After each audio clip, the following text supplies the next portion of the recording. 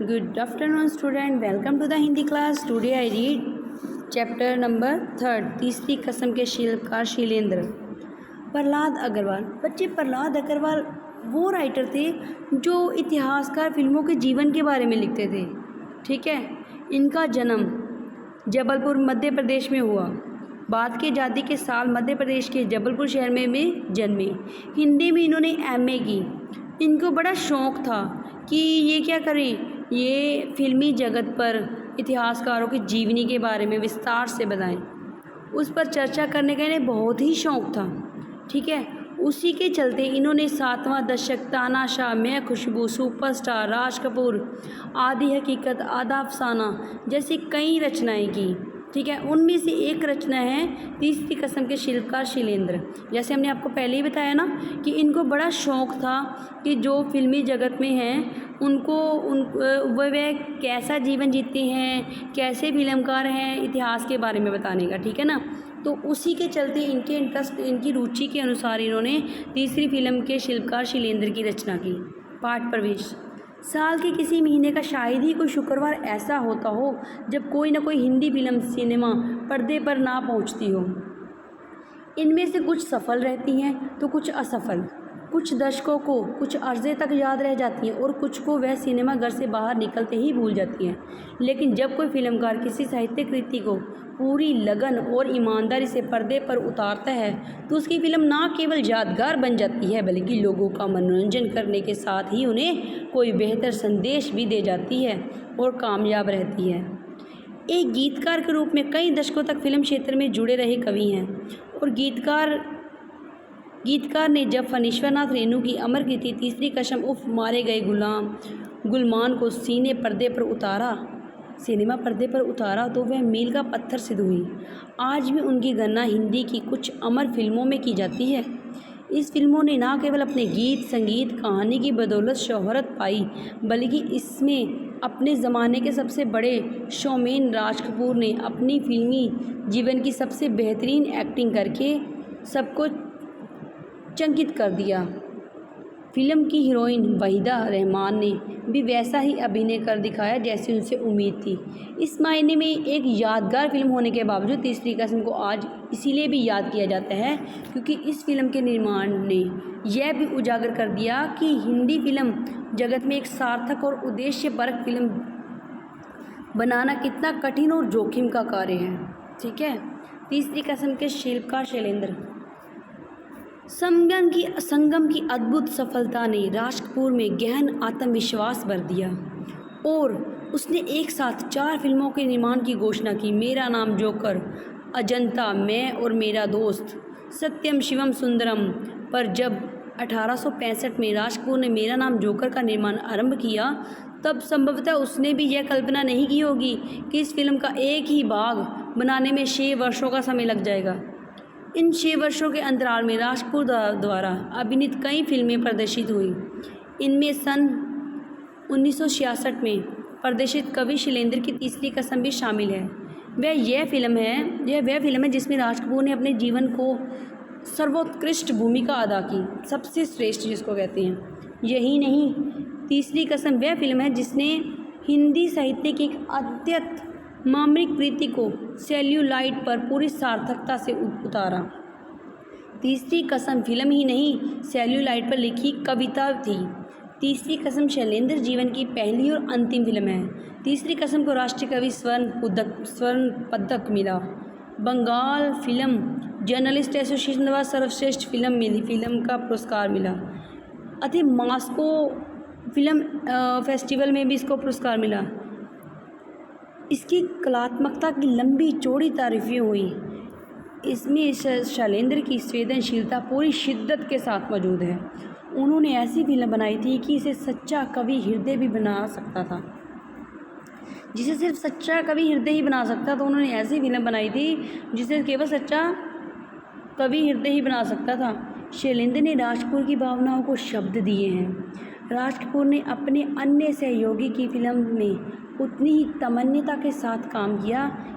किसी परिश्रम की अपेक्षा किए बगैर शैलेंद्र ने लिखा कि राज कपूर के पास तीसरी किस्म की कहानी सुनने पहुँचे तो सुनाने पहुँचे तो कहानी सुनकर उन्होंने बड़े उत्साहपूर्वक काम करना स्वीकार कर लिया, परंतु गंभीरतापूर्वक बोले, मेरा प्रेषम एडवांस देना होगा।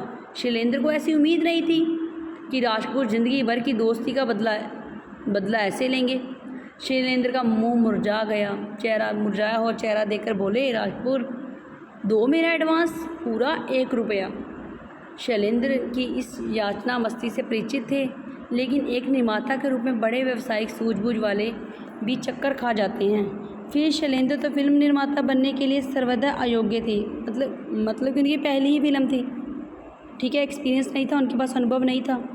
राज कपूर ने एक अच्छे और सच्चे मित्र की हैसियत से शैलेंद्र को फिल्म की असफलता के खतरों से आगाह भी किया कि ऐसे ऐसे तुम्हें मुश्किलों का सामना करना पड़ सकता है। राज कपूर ने उसको समझाया, पर वह तो एक आदर्शवादी भावुक कवि थे जिसे अपार संपत्ति और यश तक की इतनी कामना नहीं थी जितनी आत्मसंतुष्टि के सुख की अभिलाषा।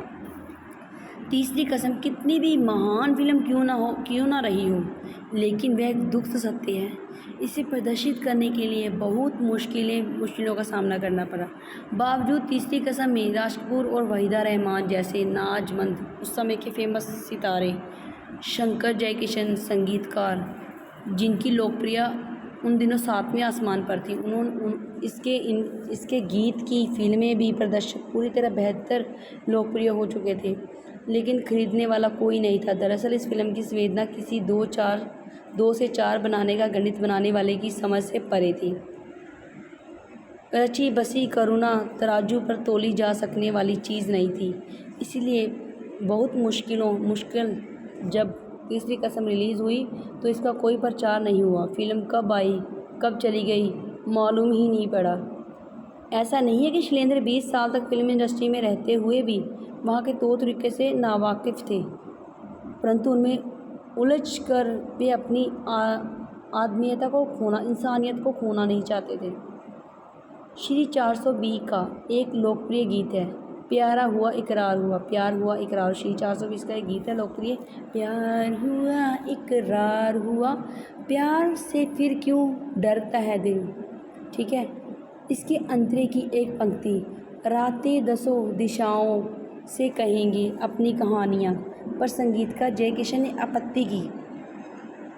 उनका ख्याल था कि दर्शक 4 दिशाएं तो जानते हैं, जैसे आप भी समझते हो, पूर्व पश्चिम उत्तर दक्षिण, लेकिन 10 दिशाएं नहीं। शैलेंद्र के परिवर्तन के लिए तैयार नहीं थे। उनका दृढ़ संकल्प था कि दर्शकों की रुचि की आड़ में उन्हें उथलेपन को उन पर नहीं थोपना चाहिए।